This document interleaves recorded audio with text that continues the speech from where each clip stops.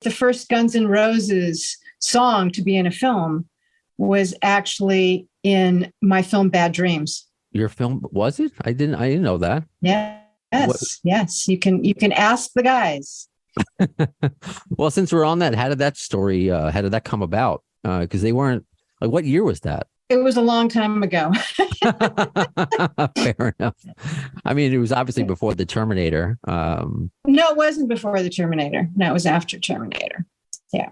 It was after Terminator. So then, well, Terminator's the first movie I produced. So obviously it had to be after the Terminator. I was thinking Terminator 2. Sorry, I meant Terminator 2 when they had You Could Be Mine in there. So our music supervisor, Ralph Saul, said there's this great band and you should listen to them. And so I think Sweet Child of Mine is in the film. But Guns N' Roses was kind of unknown at that point. And then a few years later, they're one of the biggest bands in the world on Terminator 2.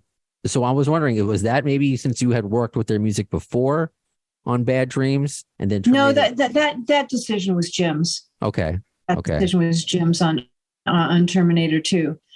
But I do remember that the band came into the lot at 20th Century Fox and watched Bad Dreams before they would agree to license the song to us.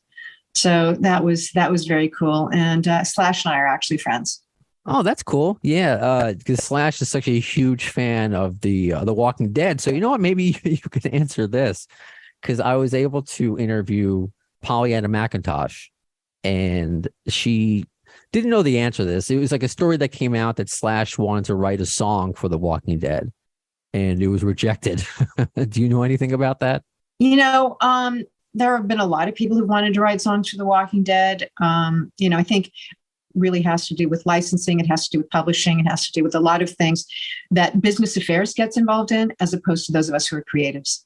Oh, I hate that. Don't you hate that? Oh, man. I'm not allowed to say. Okay.